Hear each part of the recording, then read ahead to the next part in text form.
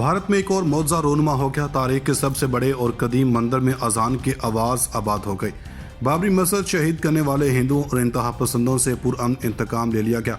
पूरे भारत में मुसलमानों की जानब से मिठाइयाँ तकसीम। नरेंद्र मोदी और योगी भी हैरान रह गए। आखिर इलाके के हिंदुओं ने ये सब करने की इजाज़त क्यों दी और इस जगह की तारीख क्या है, सब जानकर दुनिया हक्की बक्की रह गई। भारत में इस्लाम के गालिब आने का वक्त आ गया। मुसलमानों ने जितनी भी मुश्किलात और कुर्बानियाँ दी, इसका ऐसा सिला मिला कि दुनिया ने देख लिया। भारत के मंदिरों से भी अजान की आवाज़ें बुलंद होने लगी। आरएसएस और बीजेपी के इंतहा पसंद जिस चक्कर में थे वो मकसद नाकाम हो गया। बाबरी मस्जिद की बरसी के दिन ही भारत से बड़ी खबर सामने आ गई। मुसलमानों ने जिसके लिए सालों जद्दोजहद की थी, उसका नतीजा सामने आने लगा।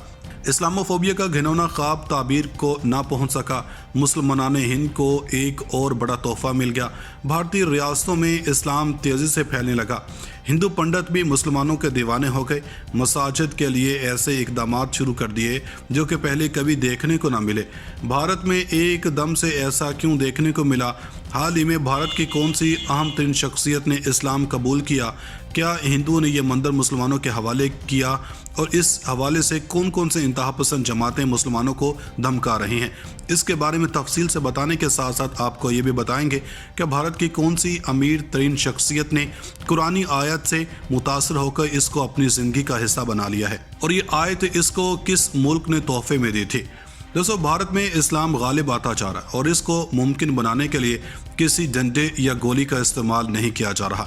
दोस्तों, भारत में मुसलमानों पर जुल्म और सितम किए जाने की एक लंबी तारीख है, जिसमें हिंदुओं और सिखों ने मुसलमानों के खून से होली खेली और भारत में इस्लाम और मुसलमानों के बढ़ते हुए रुझान को ख़त्म करने के लिए तरह तरह के हथकंडे इस्तेमाल किए, लेकिन ऐसा देखना उनके नसीब में नहीं था। दोस्तों, इस्लाम से कबल दुनिया अंधेरी थी और हर तरफ जुल्म और जबर का दौरा था। अमन व अमान नाम की कोई चीज़ मौजूद ना थी। कभी रंग और नस्ल के नाम पर, कभी ज़ुबान और तहज़ीब के उन्वान से और कभी वतनियत और कौमियत की आड़ में इंसानियत को इतने टुकड़ों में बांट दिया गया था और इन टुकड़ों को बाहम इस तरह टकराया गया कि आदमियत चीख पड़ी थी। दोस्तों, इस्लाम ने पहली बार दुनिया को अमन और मोहब्बत का बाकायदा दर्स दिया और इसके सामने एक पायदार ज़ाब्ता अखलाक पेश किया, जिसका नाम ही इस्लाम रखा गया, यानी दामी अमन व सुकून और लाजवाल सलामती का मज़हब, जो इम्तियाज़ दुनिया के किसी मज़हब को हासिल नहीं। इस्लाम ने मजबूत बुनियादों पर अमन व सुकून के एक नए बाब का आगाज़ किया और पूरी इल्मी और अखलाकी क़ुव्वत और फ़िक्री बुलंदी के साथ इसको वुसअत देने की कोशिश की।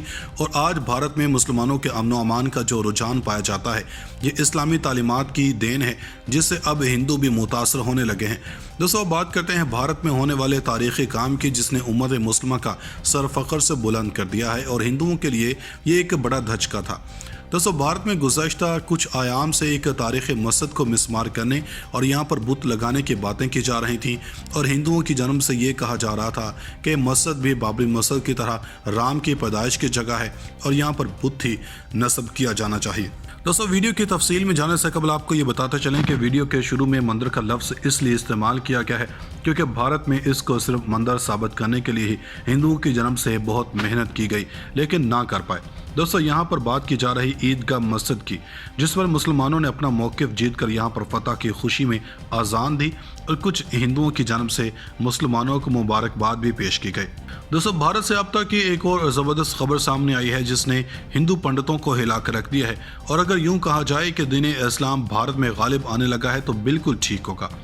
दोस्तों, नरेंद्र मोदी की हुकूमत का तमाम तर दारो मदार ही मुसलमानों और हिंदुओं को आपस में लड़वाने पर है और बतौर हिंदू नरेंद्र मोदी ने ये काम भी बखूबी अंजाम दिया है।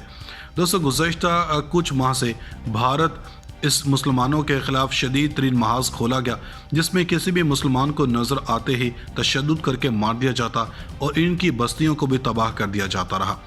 दोस्तों, ये एक ऐसा तूफ़ान बनता गया जिसने थमने का नाम तक ना लिया, बजाय इसके कि आलमी ममालिक और आलमी इदारों ने भी इस पर एक्शन लेते हुए भारतीय हुकूमत को अमन कायम करने का कहा। दोस्तों, नरेंद्र मोदी ने भारत को एक हिंदू रियासत बनाने की कसम खा रखी थी और वो अपने मिशन को पूरा करने में दिन रात सरगर्म था।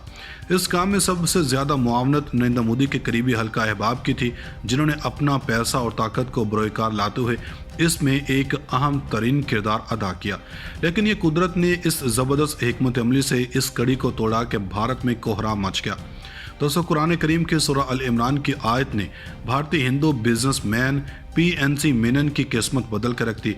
अरब मीडिया की रिपोर्ट के मुताबिक PNC मेनन, जो कि सोबा ग्रुप के बानी और चेयरमैन हैं, और वो अरबों डॉलर मलकियत की रियल एस्टेट और तामीराती कंपनी को संभालते हैं, जो कि मुत्तहिदा अरब अमारात, ओमान, बहरीन, कतर और हिंदुस्तान समेत कई ममालिक पर मुहित है। मेनन ने अपनी जिंदगी के बड़े राज से पर्दा उठाते हुए कहा कि 35 साल कबल मैं अपने कारोबार के हवाले से तबाही के दहाने पर था।